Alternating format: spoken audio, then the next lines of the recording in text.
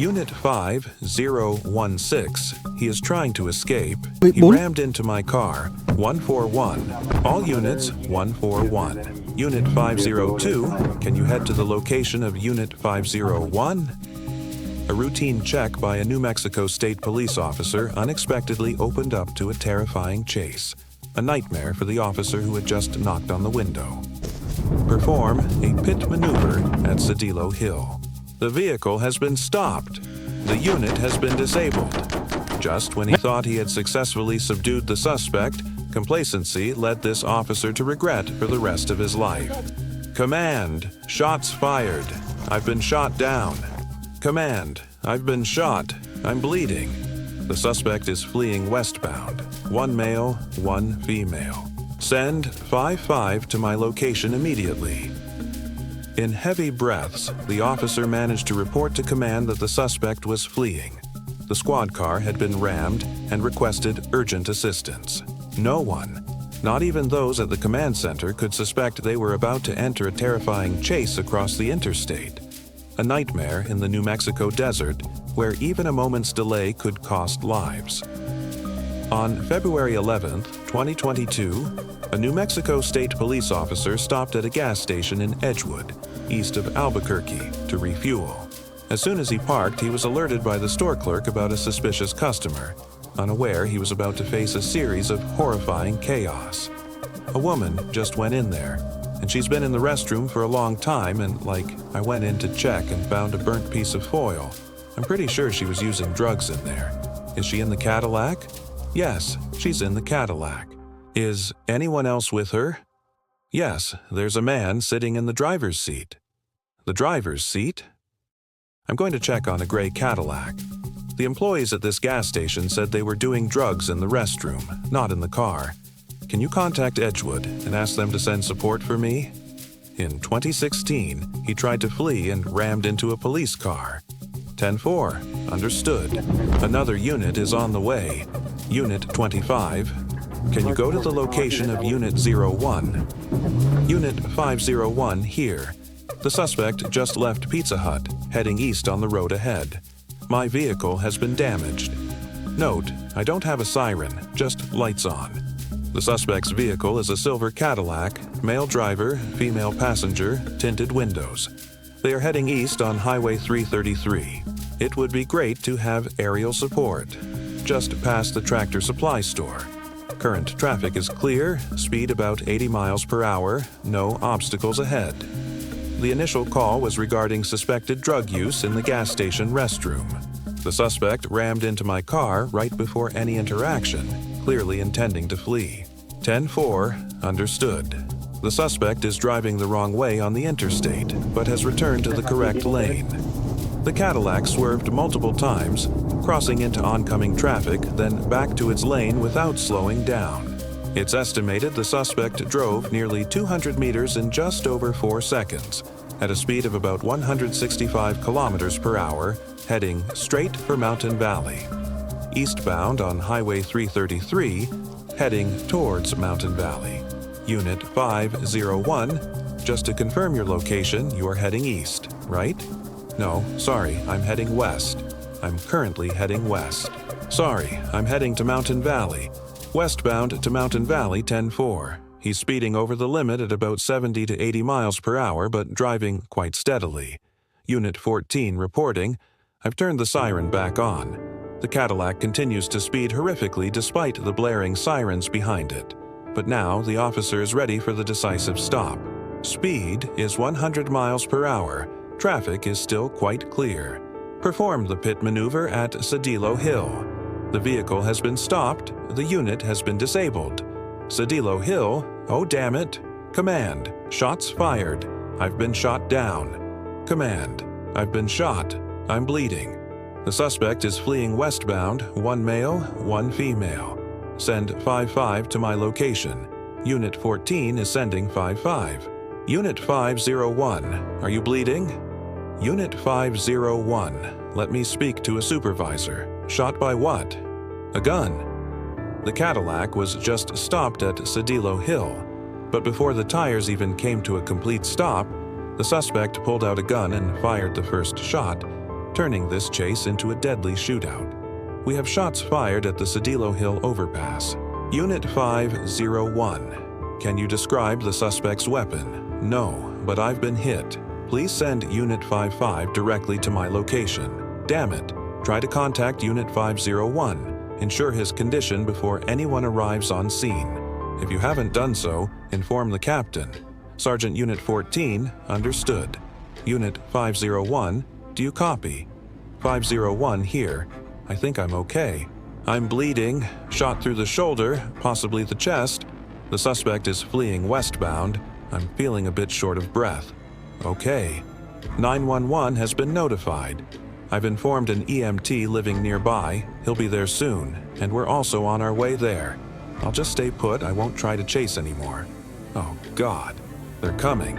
Unit 501, confirm one last time. Your location is Highway 333 near Mountain Valley? Certainly. Cedillo Hill, overpass on I-40. It's right next to the Cedillo Hill truck stop. All right, 911. I'm pretty sure you've got it, but I've also relayed the information to the Eastern APD Command Center. We need an ambulance. Did he shoot you? Yes. All right, good. Hold my hand. Hold my hand. Sit down. Hold my hand. The backup team rushed in, but they didn't have much time left. The officer is bleeding from the neck, and any delay could mean he would never come back. What do you see? Tell me? Let me see if there's any injury. He's shot right in the neck, losing a lot of blood. Is it bleeding? Is everyone okay? Get me a first aid kit. He's been shot. He's shot right in the neck. Get me a first aid kit. Where is it? A red bag in the car. Open it up and lay it out. Open it all the way. Right. He's shot in the neck right here. Hold it tight, okay? Now, hold tight on this side. Undo this strap and thread it in. Do you see? He's not bleeding anymore. It has stopped. Now, help me take off this jacket to see the wound. Wait. The Velcro patch on the other side looks like this. Pull it off carefully because it will hurt a lot. Right at the neck area. Hand me the radio. Can I help with anything? I witnessed everything. Keep an eye on traffic for us. Don't let them through. Tell them to go the other way. Radio. The bullet may have penetrated the shoulder blade, a body area that, while not life-threatening, is extremely painful and can severely affect respiratory function. The shot officer is really trying to stay calm despite the pain in his shoulder and starting to feel short of breath. Meanwhile, the units on scene are urgently providing first aid to their comrade while determining the fleeing direction of the two suspects, one male, one female, who just vanished into the woods at Cedillo Hill. As the condition of the injured officer temporarily stabilizes, the team immediately shifts to the next objective, tracking down the two suspects hiding somewhere between Cedillo Hill and Shootout. The official manhunt begins. Listen, Sergeant, I don't have a radio. We need more units for support. A state officer has just been shot. The suspects are on the run. They are somewhere between Cedillo Hill and Shootout. Can you pass me the radio quickly? We'll let them know what they need to know. It's right there. 501. The ambulance is here with me. The suspects are on foot. They are heading east from this point, and I'm getting into the ambulance right now.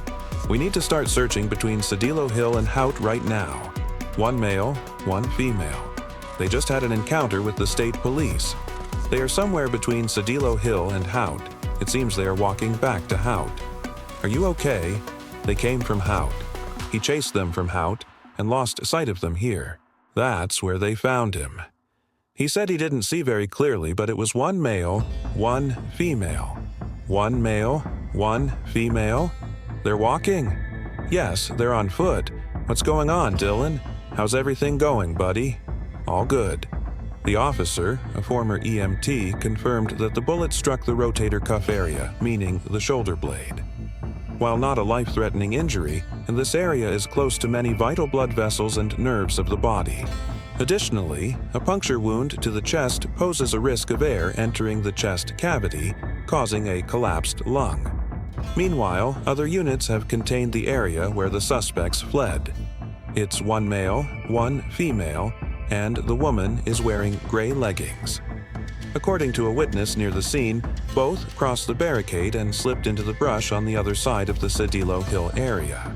Officers from the Albuquerque Police Department APD and supporting forces have begun searching the surrounding area, looking for any trace left by the two suspects.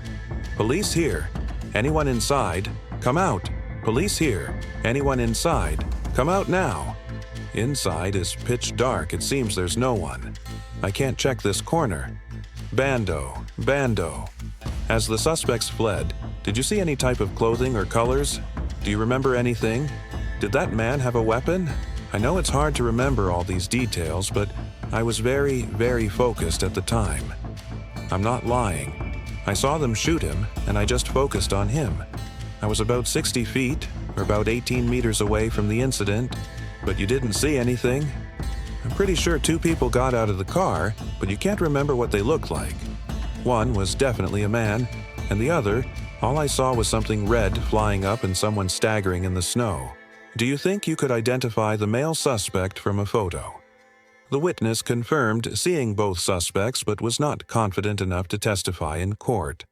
According to accounts, the man carried a large caliber handgun, while the woman appeared unarmed.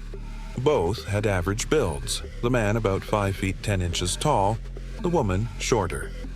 They were last seen rushing into the nearby woods, constantly looking around. Although the information was still quite fragmented, these were the first crucial leads that helped police return to the gas station to review security footage, and for the first time, real clues began to emerge. While closely reviewing the gas station area footage, police unexpectedly obtained a crucial lead, a mother providing a suspicious text message from her daughter. This message indicated that the girl had been contacted by the suspect, asking to be picked up because she was on the run.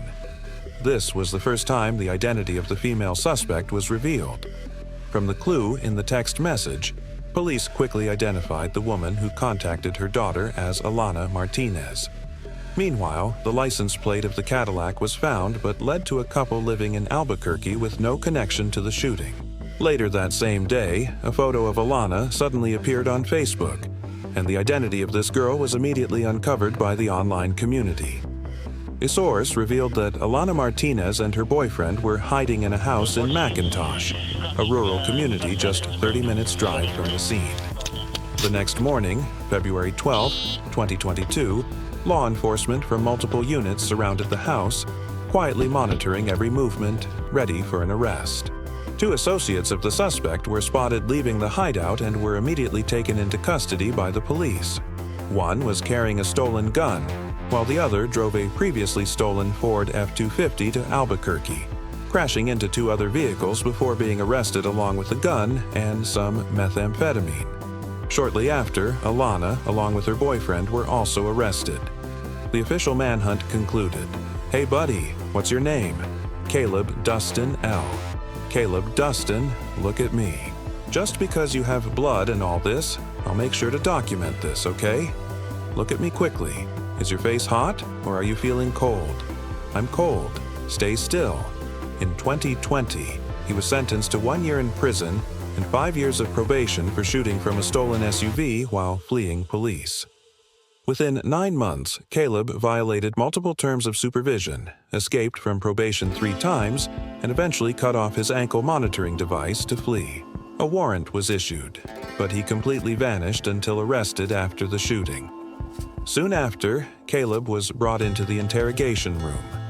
"We appreciate you talking to us, but before doing so, I have some rights I want to let you know about because you have rights and I want you to be aware of them. So, you have the right to remain silent. Anything you say can be used against you in court. Do you understand these rights? Based on these rights, do you want to speak with us right now? Clearly, you know. You know why. Why we're here. Actually, there was an incident that happened yesterday. I'll tell you from the beginning of the story. I'll be 100% honest, okay?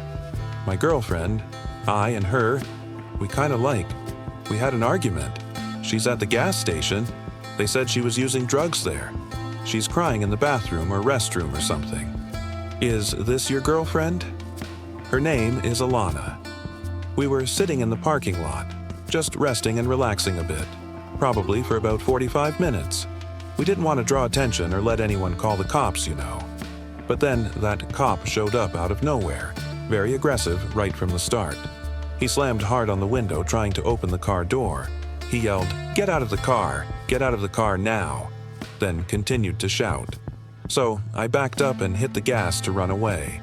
I was really scared, like, oh my God, what the hell's going on? And I ran. I was so panicked that I backed up and hit his car, then continued to flee. He chased us, rammed into my car several times, just kept ramming like that. I felt like he was really trying to hurt us, you know? To me, at that moment, it was as if he was a threat and I was just trying to escape. Due to the lengthy and complicated interrogation with Caleb, we will summarize as follows. During the interrogation, Caleb admitted to speeding, being chased by police and panicking, so he fled. He described the officer as very aggressive, making him scared, and decided to back up and run away. When the police attempted to stop the vehicle, he panicked and shot back without aiming at anyone, saying he just wanted to defend himself and didn't intend to hurt anyone. He claimed to have bought the gun from a friend but refused to disclose the seller's identity. After the shooting, he fled through the fields, hiding near the scene, then was picked up by an acquaintance to the house where he was later arrested.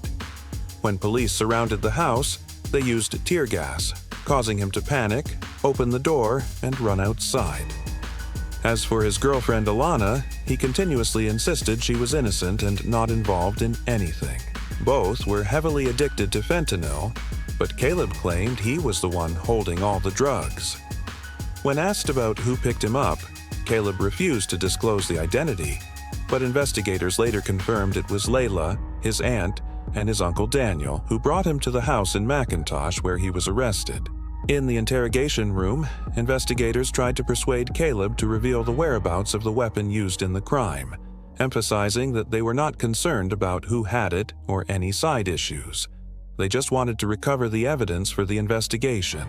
Despite suspecting the gun was with Caleb's aunt, Ms. Layla, he continued to deny it, asserting that Ms. Layla was not involved and the gun was currently in the hands of another man. Caleb continued to evade, clearly showing the intention to protect his relatives at all costs. The gun is somewhere in the house, that's all. I don't specifically remember where it is. I remember I woke up and it wasn't right next to me anymore, where I usually put it. I mean, it's gone, but it's probably still somewhere in the house. So, where was the last place you saw it? I was in the living room, sleeping on the couch. In the living room? Alana Martinez pleaded guilty to aiding and received a 6-month suspended sentence. Meanwhile, Caleb Elledge initially faced multiple serious charges but had them dropped by the prosecution when he was federally indicted for gun possession and sentenced to 9 years in federal prison. However, by the end of 2024, the state of New Mexico reopened the case, forcing Caleb to face all previous charges. If convicted, he will continue serving his sentence in the state after completing his federal term. Officer Vaughn, the victim in the shooting, has fully recovered after surgery. The case closed with legal judgments, yet its echoes still resonate, not only in court records but also in the minds of those who faced gunfire directly. A police officer nearly lost his life just for a routine knock on the door. A chase that began from a minor suspicion ended in blood, gunfire, and a federal manhunt. Fugitives may dig deep to hide in the wilderness, but justice never sleeps. Caleb is locked behind bars, while Officer Vaughn, who once lay on the ground with blood soaking his neck, returns to duty as if nothing ever happened. For him, wearing that uniform means being ready not to come back. Thank you for watching today's video. If you enjoyed it, don't forget to like, share, and subscribe to this channel for more exciting videos in the future. And now, goodbye and see you next time.